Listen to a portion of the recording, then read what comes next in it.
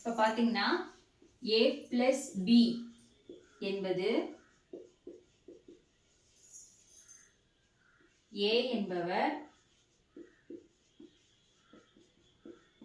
b இன் தாய். So இதை நான் எதுக்கு சொல்ல வரேன்னா, இப்போ இங்கே ஏபி அப்படிங்கிறத நீங்கள் பார்க்கக்கூடாது, அதோட சிம்பிளை தான் பார்க்கணும். இன்னொன்று எழுதி போடுறேன் பாருங்க. a மைனஸ் பி என்பது a என்பவர் b இன் சகோதரி.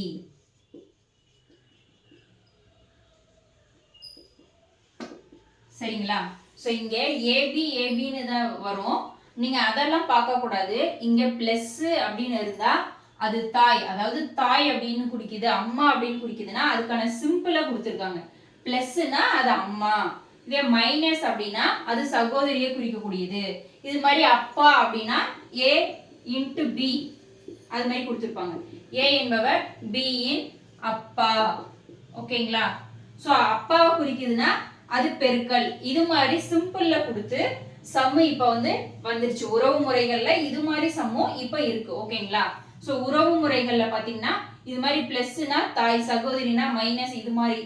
இப்போ இது ஸ்டாண்டர்ட் ஆனதுன்னா இது ஸ்டாண்டர்ட் கிடையாது. ஒவ்வொரு சம்முக்குமே இது மாறும். இப்போ இந்த சம்மை பொறுத்தவரை மட்டும்தான் அம்மானா பிளஸ், அப்பானா பெருக்கல். இதே வேற ஒரு சம் பாத்தீங்கன்னா அதுக்கு வேற ஒரு சிம்பிள் கொடுத்துருப்பாங்க. இது மாதிரி சிம்பிள் கொடுத்துட்டு கீழ்கண்டவற்றில் b என்பவர் q வின் பாட்டி என்பதை எது குறிக்கும், அது மாதிரி கேட்கலாம். ஓகேங்களா? கொஸ்டின் இது மாதிரி கொடுத்துட்டு இது மாதிரி ஒரு கொஸ்டின் கேட்டுட்டு ஆப்ஷன் கொடுப்பாங்க. p cross q cross p q r வச்சுக்கலாம். ஓகேங்களா? இது மாதிரி p plus q minus Q இது மாதிரி சம்திங் ஆப்ஷன் 4 கொடுத்துட்டு இதுல எந்த ஆப்ஷன் P என்பவர் Q வின் பாட்டி அப்படின்னு குறிக்கும், இது மாதிரி கொஸ்டின் கேட்பாங்க. ஸோ இது மாதிரி சம் எல்லாம் நம்ம எப்படி ஆன்சர் போடுறது, எப்படி ரொம்ப ஈஸியா வித்தின் செகண்ட்ஸ்ல நம்ம ஆன்சர் டக்குன்னு கண்டுபிடிக்கிறது அப்படின்னு பாத்தீங்கன்னா, இப்போ இந்த மாதிரி சம்முக்கெல்லாம் ஆன்சரை நம்ம பார்க்கணும்னா ஃபர்ஸ்ட் இந்த வீடியோவை நீங்க ஃபுல்லா பார்க்கணும். ஸ்கிப் பண்ணாம பார்த்தா மட்டும்தான் நான் சொல்ற பேசிக்ஸ்ல இருந்து உங்களால கத்துக்க முடியும்.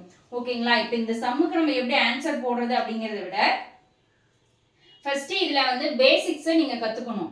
அப்பதான் இது மாதிரி சம் கேட்டா இது மாதிரி எந்த ஆப்ஷனை நம்ம எடுத்து, இங்க ஏபி தானே கொடுத்துருக்காங்க ஆனா இங்க PQ இருக்கே அப்படின்னு நீங்க பார்க்க கூடாது. இந்த ஏபிங்கிற லெட்டர்ஸ் நமக்கு முக்கியம் இல்லை, இது கொடுத்துருக்க அந்த சிம்பிள் தான். இப்போ இங்க மல்டிப்ளிகேஷன் தான் இருக்கா, ஸோ அது மாதிரி அந்த சிம்பிளை மட்டும்தான் நம்ம வச்சு பார்க்க போறோம். ஸோ இந்த சம்மை ஃபர்ஸ்ட் போடுறதுக்கு முன்னாடி உங்களுக்கு என்ன தெரியணும் அப்படின்னு பார்த்தீங்கன்னா, ஆண்பால் பெண்பால், அதாவது ஆண்கள் பெண்கள், ஸோ ரெண்டு தான், பால் வகையில ரெண்டு தான் இருக்கு இல்லையா? அப்ப ஆண்கள் அப்படின்னு குறிச்சா அதை செவ்வகம் அல்லது ஒரு சதுரம்னு எடுத்துக்கலாம்.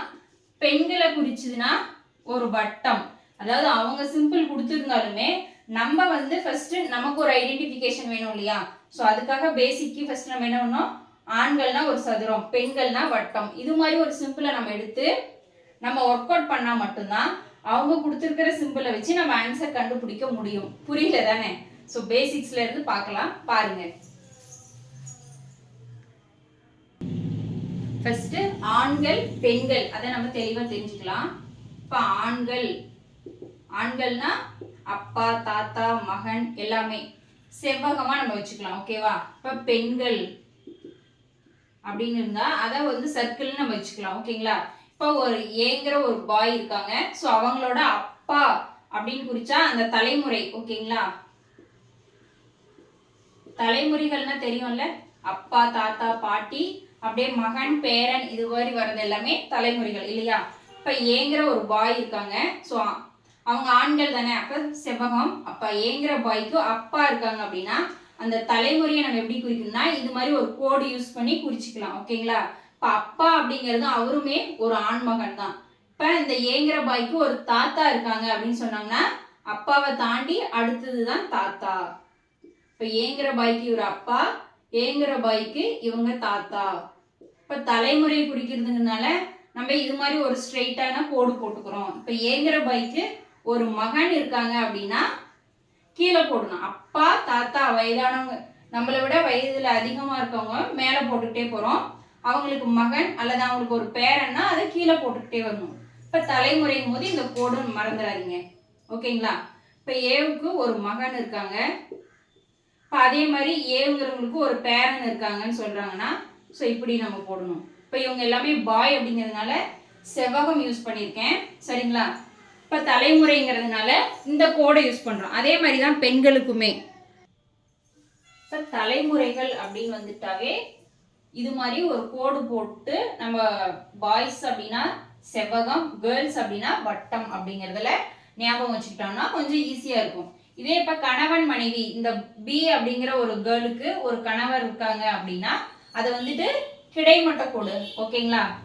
கிடைமட்டமா இது மாதிரி கோடு யூஸ் பண்ணி கணவர் அப்படிங்கும் போது அவங்க ஒரு பாயா, ஸோ இந்த பெண்ணுக்கு ஒரு கணவர் இருக்காங்க அப்படின்னா அதை எப்படி நம்ம மென்ஷன் பண்ணலாம்னா இது மாதிரி 2 கோடு எடுத்துக்கோங்க. அவங்க கணவன் மனைவி அப்படின்னு நம்ம புரிஞ்சுக்கிறதுக்கு 2 கோடு இது மாதிரி கிடைமட்டமா யூஸ் பண்ணிட்டீங்கன்னா இவங்க 2 பேரும் கணவன் மனைவின்னு நம்ம எடுத்துக்கலாம். ஓகேங்களா? இப்போ இவங்களோட மகள், ஸோ இவங்களுக்கு ஒரு மகன் இருக்காங்க அப்படின்னா நம்ம கீழே போடுவோம் மகன்னா இது மாதிரி. ஓகே, அதுல எதுவும் பிரச்சனை இல்லை. இப்போ இதே ஒரு ஆண் இருக்காங்க, சில கேர்ள் இருக்காங்க, அவங்களுக்கு சகோதரன் கூட பிறந்த அக்கா தம்பி யாராவது இருப்பாங்க இல்லையா, ஸோ அவங்களுக்கு ஒரு அக்கா இருக்காங்க அப்படின்னா இது மாதிரி ஒரு கோடு யூஸ் பண்ணிக்கோங்க. சரிங்களா? சகோதரன் சகோதரின்னு குறிக்கும் போது அவங்களுக்கு ரிலேட்டட் பண்ணி இப்போ யாருக்கா இருந்தாலும் சரி சகோதரன். ஓகேங்களா? அப்பாவுக்கு சகோதரனாலும் சரி, அந்த ஒரு பாய்க்கு அக்கா இருந்தாலும் சரி, சகோதரன் சகோதரினா கிடைமட்ட கோடுல ஒரு கோடு யூஸ் பண்ணிக்கிட்டா அவங்க 2 பேரும் அக்கா தங்கச்சி அண்ணன் தம்பி அது மாதிரி நம்ம ஞாபகம் வச்சுக்கலாம். சரிங்களா? ஒரு கோடு. இதே 2 கோடு இருந்ததுன்னா அவங்க 2 பேரும் கணவன் மனைவி. இது மாதிரி இருந்தா தலைமுறைகளை குறிக்கும். ஸோ இது மட்டும்தான். இந்த பேசிக்ஸை மட்டும் நீங்க நல்லா மைண்ட்ல வச்சுக்கிட்டீங்க அப்படின்னா நம்ம சம் பார்க்கலாம். இப்போ டைரக்டா நம்ம சம் போலாங்களா?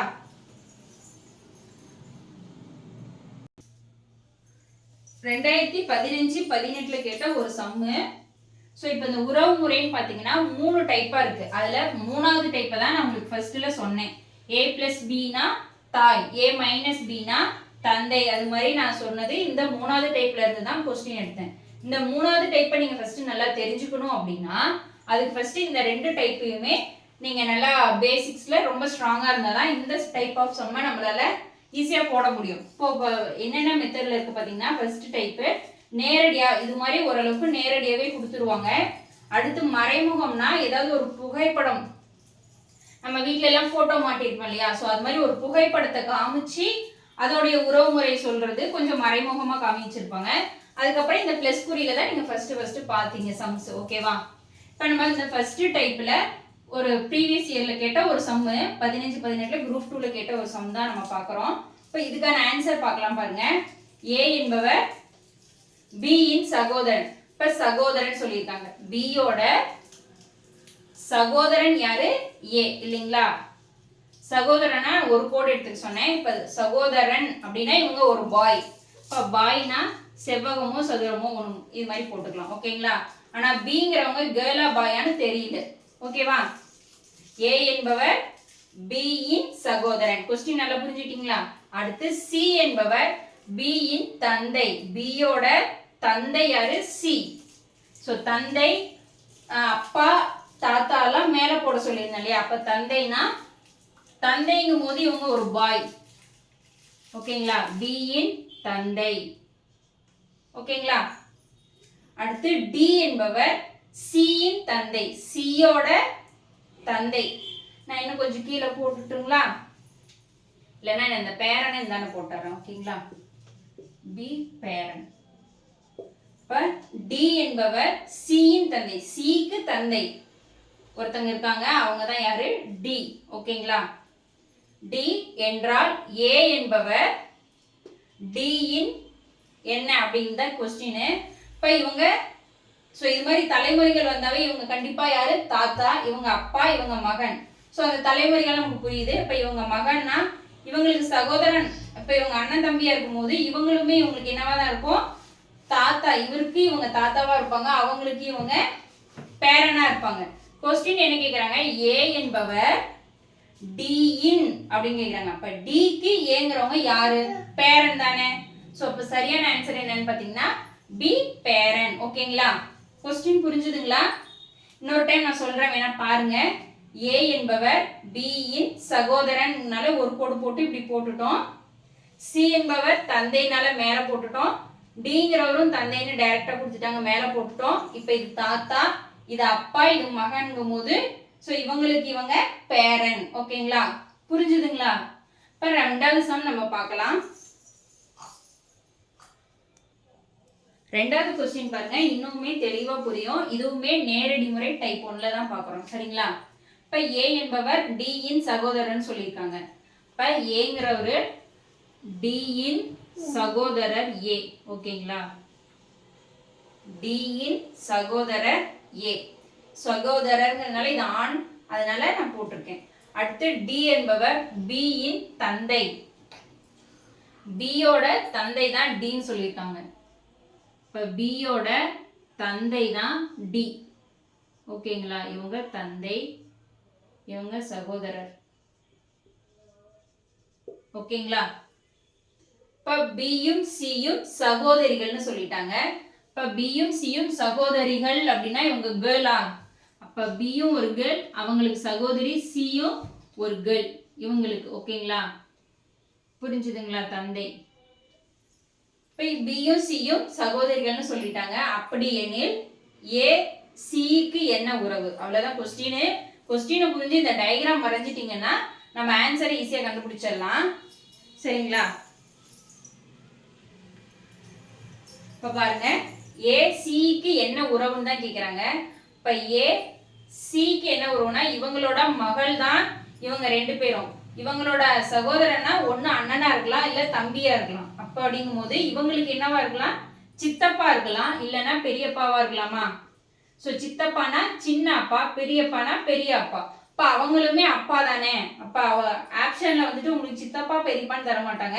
ஸோ இவங்களுமே ஒரு வகையில் அப்பா தான் அப்படிங்கிறதுனால தந்தைன்னு தான் தருவாங்க. நீங்க இதுல போட்டு சித்தப்பா பெரியப்பான்ட்டு பார்த்துட்டு இருக்க கூடாது, தந்தைங்கிறத தான் கரெக்டா டிக் பண்ணணும். சரிங்களா? ஆனா நம்ம சொல்லிக்கும் போது நம்மளோட வழக்கு முறையில நம்ம சித்தப்பா பெரியப்பான்னு சொல்லுவோம். ஆனா சம்முல நம்ம ஒர்க் அவுட் பண்ணும்போது தந்தை தான் சொல்லணும். இதே மாதிரி தான் இப்போ வேற என்னன்னு பாத்தீங்கன்னா, இப்போ நம்ம அத்தை மாமாங்கிறதெல்லாம் உங்களுக்கு ஆப்ஷன்ல வந்துடும். இதே நம்மளோட அத்தை பையன், அவனோட மாமா பையன் அப்படிங்கிறது உங்களுக்கு மாமா பையன் அத்தை பையன்னு வராது. ஸோ அது எப்படி ஆப்ஷன்ல வரும் பார்த்தீங்கன்னா உடன் பிறவா சகோதரன் வரும். இப்போ நம்மளோட கூட பிறந்தவங்க அக்கா தம்பினா சகோதரன் வரும். இதே மாமா பையன் அத்தை பையன் சொன்னா அது ஆப்ஷன்ல எப்படி வரும்னு பார்த்தீங்கன்னா உடன் பிறவா சகோதரன் அல்லது சகோதரி. பையனா இருந்தா சகோதரன், கேர்ளா இருந்தா சகோதரி. ஓகேவா? இப்ப இதை நீங்க என்ன நினைச்சுக்கணும்னா அத்தை பையன் மாமா பையன், ஸோ அதை தான் உடன் பிறவா சகோதரன் சகோதரின்னு கொடுப்பாங்க. ஸோ ஆப்ஷன்ல இது மாதிரி கொடுத்துருக்கும் போது தந்தைனா ஒன்லி அப்பா மட்டும்தான் எடுக்கக்கூடாது. சித்தப்பா பெரியப்பான்னு வந்தா கூட அவங்கள தந்தைன்னு தான் நம்ம எடுக்கணும். சரிங்களா? ஸோ இது மாதிரி சின்ன சின்ன ஆப்ஷன்ல ட்விஸ்டடும் வரும். அதை நீங்க ப்ராக்டிஸ் பண்ண தான் ஒவ்வொரு உறவு முறையும் நம்ம எப்படி அழைக்கணுங்கிறத தெரிஞ்சுக்க முடியும். சரிங்களா? இப்போ நம்ம அடுத்த ரெண்டாவது முறையில ஒரு சம் பார்க்கலாம். இப்போ செகண்ட் டைப்ல மறைமுக முறை, அதாவது மறைமுகமா சொல்லுவாங்க. அதுல வந்து ஒரு கொஸ்டின் பாருங்க, 2015-10 எஸ்ஐல கேட்ட ஒரு சம். ஓகேங்களா? அதாவது எப்படின்னு பாத்தீங்கன்னா, ரீட்டா அப்படிங்கிற ஒரு கேர்ள் மேடையில் ஒரு மனிதனை சுட்டி காட்டி, ரீட்டாங்கிற ஒருத்தவங்க இருக்காங்க, மேடை அதுல ஒரு மனிதனை சுட்டி காட்டி என்னுடைய கணவனுடைய மனைவியின் மகளுடைய சகோதரன் அப்படி தலை சுத்துதுங்களா? ஸோ இது மாதிரி கொஸ்டின் கொடுத்துட்டாவே அந்த இங்க ஒரு கமா ஏதோ வந்துடும். ஓகேங்களா? ஸோ இந்த இடத்துல இருந்து தான் நம்ம கொஸ்டினை பார்க்கணும். ஓகேங்களா? இப்போ இந்த இடத்துல என்னுடைய அப்படிங்கிறது யாரு? ரீட்டா. ஏன்னா ரீட்டாங்கிறவங்க தான் மேடையில ஒரு மனிதனை சுட்டி காட்டுறாங்க. இப்போ என்னுடையன்னு அவங்க சொல்றாங்க. அப்போ இந்த இடத்துல என்னுடையங்கிறது ரீட்டா. ஸோ நம்ம இங்க இருந்து தான் கொஸ்டின் எடுத்து பார்க்க போறோம். ஓகேங்களா? அப்ப ரீட்டாங்கிறது ஒரு கேர்ள். இப்போ கேர்ள் ரீட்டா என்னுடைய கணவனுடைய, அப்ப இவங்களுக்கு ஒரு கணவன் இருக்காங்களா? இப்ப கணவன்னா நம்ம 2 கோடு போடுவோம், கணவன். ஓகேங்களா? என்னுடைய கணவனுடைய மனைவியின், அப்ப மனைவி யாரு? இவங்களே தான், ரீட்டாவே தான். இந்த இடத்துல மனைவிங்கிறதும் ரீட்டா தான். சுத்தி வளைக்கிறதுக்காக அதையே திரும்ப திரும்ப சொல்லிட்டு இருக்காங்க.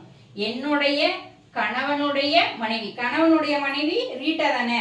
ஸோ மனைவியின் மகளுடைய, மனைவினா ரீட்டா, ரீட்டாவோட மகளுடைய மகள். ஃபர்ஸ்ட் அவங்களுக்கு ஒரு மகள் இருக்காங்களா, மகளுடைய சகோதரன், சகோதரன்னா இவங்களுக்கு சகோதரன், அப்போ ஒரு கோடு தான் போடணும். இப்ப சகோதரனா பாய். ஓகேங்களா, சகோதரன் என கூறுகிறான். ஓகேங்களா, சரி கூறுகிறாள், கூறுகிறாள். இப்ப மேடையில் உள்ள அந்த மனிதன், இப்ப மேடையில் இருக்கிறவங்க யாரு, அந்த சகோதரன் தான் மேடையில் இருக்காங்க. ஓகேவா, மேடையில் உள்ள அந்த மனிதன் ரீட்டாவிற்கு எப்படி உறவாகும், இந்த மனிதன் ரீட்டாவுக்கு என்ன உறவுன்னு கேக்குறாங்க. ஸோ இதுதான் உறவுல கேக்குறாங்க. ஓகேங்களா, இந்த மனிதன் மேடையில இருக்கிறவங்க இவங்களுக்கு என்ன உறவு. ஸோ இவங்க மகள், இவங்களோட சகோதரனா இவங்களுக்கு மகன் தானே, புரியுதுங்களா, இவங்களுக்கு மகன் தான். இப்போ ஆன்சர் பார்த்தீங்கன்னா ஆப்ஷன் சி, ஆப்ஷன் மகன். கொஸ்டின் கொஞ்சம் சுத்துற மாதிரி குழப்புற மாதிரி தான் இருக்கும்.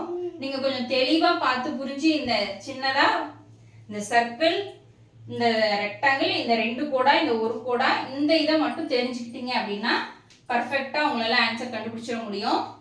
ஸோ கொஞ்சம் குழப்புற மாதிரி இருந்தால் நம்ம இன்னொரு சம்முமே ப்ராக்டிஸ் பண்ணலாம். ஓகேங்களா, இது உங்களுக்கு புரிஞ்சது இல்லை.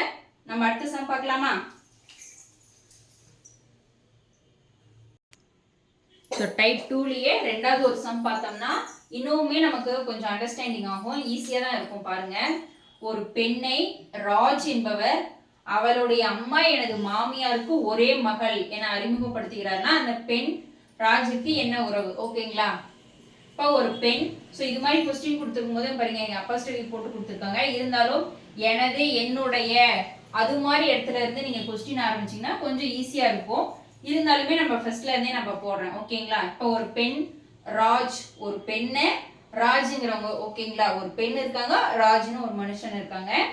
ஸோ இப்போ ஒரு பெண் அப்படின்னா நம்ம வட்டம் போடுவோமா, ஒரு பெண். இப்போ ராஜ், ராஜுங்கிறது ஒரு ஆண்.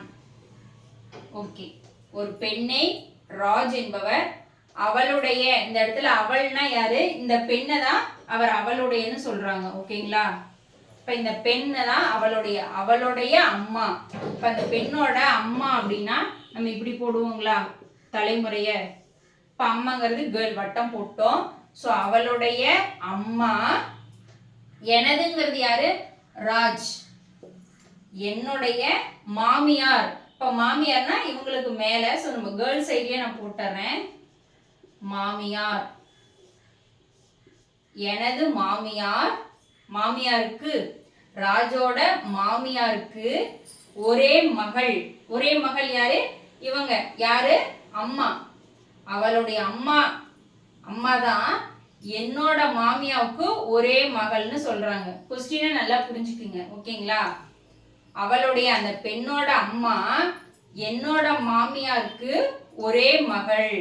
அப்ப யார, அந்த அம்மாவை தான் சொல்றாங்க. சரிங்களா, அப்படி இருக்கும்போது எனில் அந்த பெண்ணிற்கும், அந்த பெண்ணை யாரு, இந்த பெண் தானே ஃபர்ஸ்ட் நம்ம போட்டோம், அந்த பெண்ணிற்கும் ராஜுக்கும் என்ன உறவுன்னு கேக்குறாங்க. அப்ப இவங்க மாமியாருங்கும் போது இவங்க யாரா இருப்பாங்க, கணவன் மனைவியா இருப்பாங்க. ஓகேங்களா, அம்மாவும் ராஜும் கணவன் மனைவியா இருப்பாங்களா. அப்ப இவங்க கணவன் மனைவினா இவங்களோட பெண் மகள் வந்து ராஜுக்கும் மகள் தான்.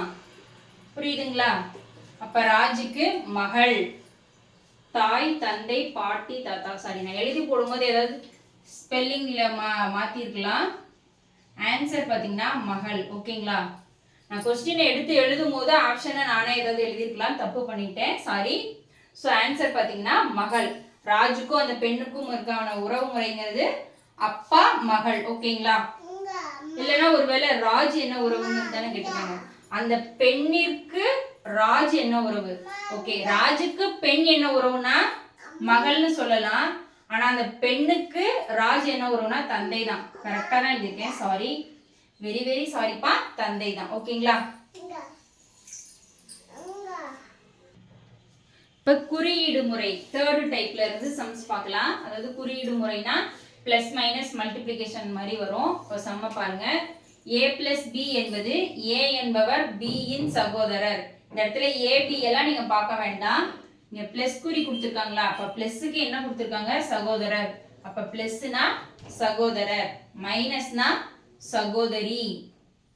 மல்டிப்ளிகேஷன்னா தந்தை, பெருக்கல்னா.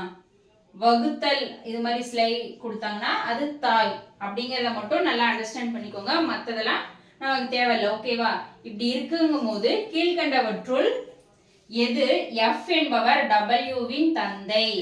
அப்ப தந்தைனா என்ன வேணும் நமக்கு? கண்டிப்பா பெருக்கல் இருந்தா தந்தைங்கிறத நம்ம ஈஸியா கண்டுபிடிக்கலாமா? ஆப்ஷன் கொடுத்துட்டாங்க. இப்ப இந்த 4 ஆப்ஷன்ல எந்த ஆப்ஷன் சூஸ் பண்றதுக்கு நமக்கு ஒரு குழு கிடைச்சிருக்கு, மல்டிப்ளிகேஷன். இப்ப இதுல பெருக்கல் இருக்கு இல்ல, இப்ப இதுல தந்தைன்னு ஒரு இது வரதுக்கு வாய்ப்பு மேக்சிமம் ரேர் தானே. அப்ப இது மாதிரி நம்ம பார்த்து அந்த ஆப்ஷனை டெலீட் பண்ணி தான் கண்டுபிடிச்சாகணும், வேற வழியில. ஓகேங்களா? இப்ப பெருக்கல் பாருங்க, இங்க இருக்கு, இங்க இருக்கு, இங்க இருக்கு. ஸோ இப்போ 3 ஆப்ஷன்லயுமே இருக்கிறதுனால வேற வழி இல்லை, நம்ம 3 ஆப்ஷனையுமே ஒர்க் அவுட் பண்ணி போட்டு தான் கண்டுபிடிச்சாகணும். சரிங்களா? இப்போ நான் வந்துட்டு சி ஆப்ஷனை சூஸ் பண்ணி போட்டு உங்களுக்கு ஒர்க் அவுட் பண்ணி காமிக்கிறேன். இப்போ எப்படின்னு பாருங்க. எஃப் இன்ட்டு ஆர் மைனஸ் டபிள்யூங்களா? இப்போ என்ன சொல்லியிருக்காங்க? மைனஸ். ஸோ இது மாதிரி கொடுத்துருக்கும் போது நம்ம ரெண்டு ஃபர்ஸ்ட் எடுத்துக்கிறோம். ஃபர்ஸ்ட் நான் இந்த 2 எடுத்து டயக்ராம் வரைஞ்சிட்டு அதுக்கப்புறமா இந்தாண்ட வரேன். ஓகேங்களா? இப்போ ஆர் டபிள்யூ. இப்போ நம்ம இந்த ஏபிசிடியை கன்ஃபியூஸ் பண்ணிக்க வேணாம். ஆர் டபிள்யூனா அதை அப்படியே எடுத்துட்டு போய் இங்கே அப்ளை பண்ணிக்கலாம். ஓகேங்களா? ஸோ உங்களுக்கு புரியறதுக்காக சொல்கிறேன். இல்லை இந்த இடத்துல ஏ மைனஸ் பின்னு வச்சுக்கிட்டாலும் சரி. ஓகேவா? இப்போ மைனஸ் தான் நமக்கு முக்கியம். இப்போ ஏ என்பவர் பியின் சகோதரி, அதாவது பியோட சகோதரி ஏ. புரியுதுங்களா? இந்த இதில் கொடுத்துருக்காங்க. அப்போ டபிள்யூவோட சகோதரி யாரு? ஆர். புரிஞ்சுதுங்களா? இப்போ டபிள்யூவோட சகோதரி ஆர். புரியுதுங்களா? ஆனா டபிள்யூங்கிறவங்க யாருன்னு நமக்கு தெரியாது. பரவாயில்ல, இருக்கட்டும். ஓகேவா? இப்ப அடுத்து நம்ம 2 எடுத்துக்கலாம். இப்ப ஆரும் F1 எடுத்துக்கிறேன். F இன்ட்டு ஆர். இப்ப மல்டிப்ளிகேஷன் நம்ம பார்க்கும்போது F இன்ட்டு ஆர்னா ஏ என்பவர் B இன் தந்தை, அதாவது B யோட தந்தை தான் ஏன்னா அப்ப ஆரோட தந்தை தான் F. புரியுதுங்களா? ஆரோட தந்தை தான் F. இப்படிதான் நம்ம பார்க்கணும். இப்ப ஆரோட தந்தை தான் F. தந்தைனா ஆண் மகன். ஸோ இதோட டயக்ராமை நான் வரைஞ்சிட்டேன். இதே மாதிரி தான் நீங்கள் பிக்கும் டிக்கும் டயக்ராமா வரைஞ்சி அப்புறம் தான் செக் பண்ணுற மாதிரி வரும். இப்போ நான் சிக்கான டயக்ராமா வரைஞ்சிட்டேன். இப்போ என்ன கொஸ்டின்? எஃப் என்பவர் டபிள்யூவின் தந்தை. இப்போ இவங்க தந்தைங்கிறதுனால எஃப்போட இவங்க ஒரு மகள், இவங்க மகனா இருக்கலாம் மகளா இருக்கலாம். ஆனால் இவங்களுக்கு இவங்க என்ன முறை தான்? தந்தை முறை தானே. இவங்களுக்கு இவங்க தந்தை தானே. ஸோ இப்போ அதுதானே கேட்குறாங்க. எஃப் என்பவர் டபிள்யூக்கு தந்தை அப்படிங்கிறது கரெக்டா புரிஞ்சிருச்சுங்களா? அப்ப நம்ம அடுத்த சி ஆப்ஷன் கரெக்டான விடை. ஓகேங்களா? ஸோ இது ரெண்டுமே ஆன்சர் வராது, நீங்க வேணா செக் பண்ணி பாருங்க. ஓகேங்களா? புரிஞ்சுதுங்களா? ஸோ குறியீடுங்கிறது இப்படிதான் இருக்கும். இந்த நம்ம ஏபிசிடிங்கிறதுல பெருசா பார்க்க வேண்டாம், அதோட குறியீடை வச்சு ஸோ இதுல நல்லா பார்க்கணும். பி என்பவர் ஏ என்பவர் பி இன் சகோதரி. ஸோ இந்த இதை கரெக்டா தெரிஞ்சு நீங்க டயக்ராம் வரைஞ்சிட்டீங்கன்னா ரொம்பவே ஈஸி தான். இன்னொரு சம் நம்ம பிராக்டிஸ் பார்க்கலாம். சரிங்களா? ஸோ தேர்ட் டைப்ல செகண்ட் சம் பாருங்க. இன்னுமே கொஞ்சம் உங்களுக்கு தெளிவா புரிய ஆரம்பிக்கும் நிறைய சம் பார்க்கும்போது. இப்போ எக்ஸ் மைனஸ் இசட் என்பது எக்ஸ் என்பவர் இசட்டின் தாய். அப்ப மைனஸ்ங்கிறது தாய்ன்னு சொல்லியிருக்காங்க, பெருக்கல்ங்கிறது தந்தைன்னு சொல்லியிருக்காங்க, கூட்டல் அப்படிங்கிறது மகள்னு சொல்லியிருக்காங்க. இதுல எல்லாமே எக்ஸ் என்பவர் இசட்டின், இசட்டுக்கு தாய் எக்ஸ், இசட்டுக்கு தந்தை எக்ஸ், இசட்டுக்கு மகள் எக்ஸ். ஓகேங்களா? ஸோ இதுல இருந்து இந்தாண்ட போறதை இப்படி நீங்க கேர்ஃபுல்லா இருக்கணும். இப்போ இது மாதிரி கொடுத்துட்டு எனில் கொஸ்டின் என்னன்னு பார்த்தீங்கன்னா இதுதான். m minus n into D plus Q என்பதற்கு கீழ்கண்ட இந்த மாதிரி ஆப்ஷன்ல எந்த கூற்று சரியானது அல்லன்னு கேட்டிருக்காங்க. சரியானதுன்னு கேட்கல, தவறானது எதுன்னு கேட்டிருக்காங்க. புரிஞ்சுதுங்களா? சரியானது அல்ல. இப்ப இதை வச்சு நம்ம டயக்ராம் பார்க்கலாமா? இப்ப ரெண்டு எடுத்துக்கலாம். நான் ஃபர்ஸ்ட்ல இருந்து எடுத்துக்கிறேன். m minus n. இப்ப மைனஸ் பாத்தீங்கன்னா தாய், அப்ப n என்பவர் m இன் தாய். புரிஞ்சுதுங்களா? இப்ப nங்கிறவங்க m ஓட தாய், n என்பவர் n இன் m என்பவர் n இன் தாய். புரிஞ்சுதுங்களா? தாய்னா சர்க்கிள். ஸோ இந்த இது போட்டுக்கிறோம். அப்ப nங்கிறவங்க நமக்கு தெரியல. இப்ப அடுத்து n-ம் t-யும் எடுத்துக்கலாம். இப்ப பெருக்கல். இப்ப பெருக்கல் பாத்தீங்க அப்படின்னா தந்தை. அப்ப டி என்பவர் n இன் தந்தை. n tங்கிறவங்க n இன் தந்தை. புரிஞ்சுதுங்களா? அப்ப தந்தைனா பாக்ஸ். டி என்பவர் சரி நான் இந்த இடத்துல எழுதிய போட்டுட்டுங்களா? இது n இது t ன்னு எடுத்துக்கிட்டீங்கன்னா t என்பவர் n இன் தந்தை. புரிஞ்சுதுங்களா? இப்ப அடுத்து t யும் q யும் எடுத்துக்கிறோம். t plus q. இப்ப இந்த இடத்துல போட்டுக்கலாம் t plus q. q என்பவர் சரி அப்படிதானே? சரி t என்பவர் q வின் மகள். புரிஞ்சுதுங்களா? அந்த இதை கொண்டுட்டு வந்து இதுல நம்ம சப்ஸ்டிட்யூட் வேணா பண்ணிக்கலாம். t என்பவர் q வின் மகள்.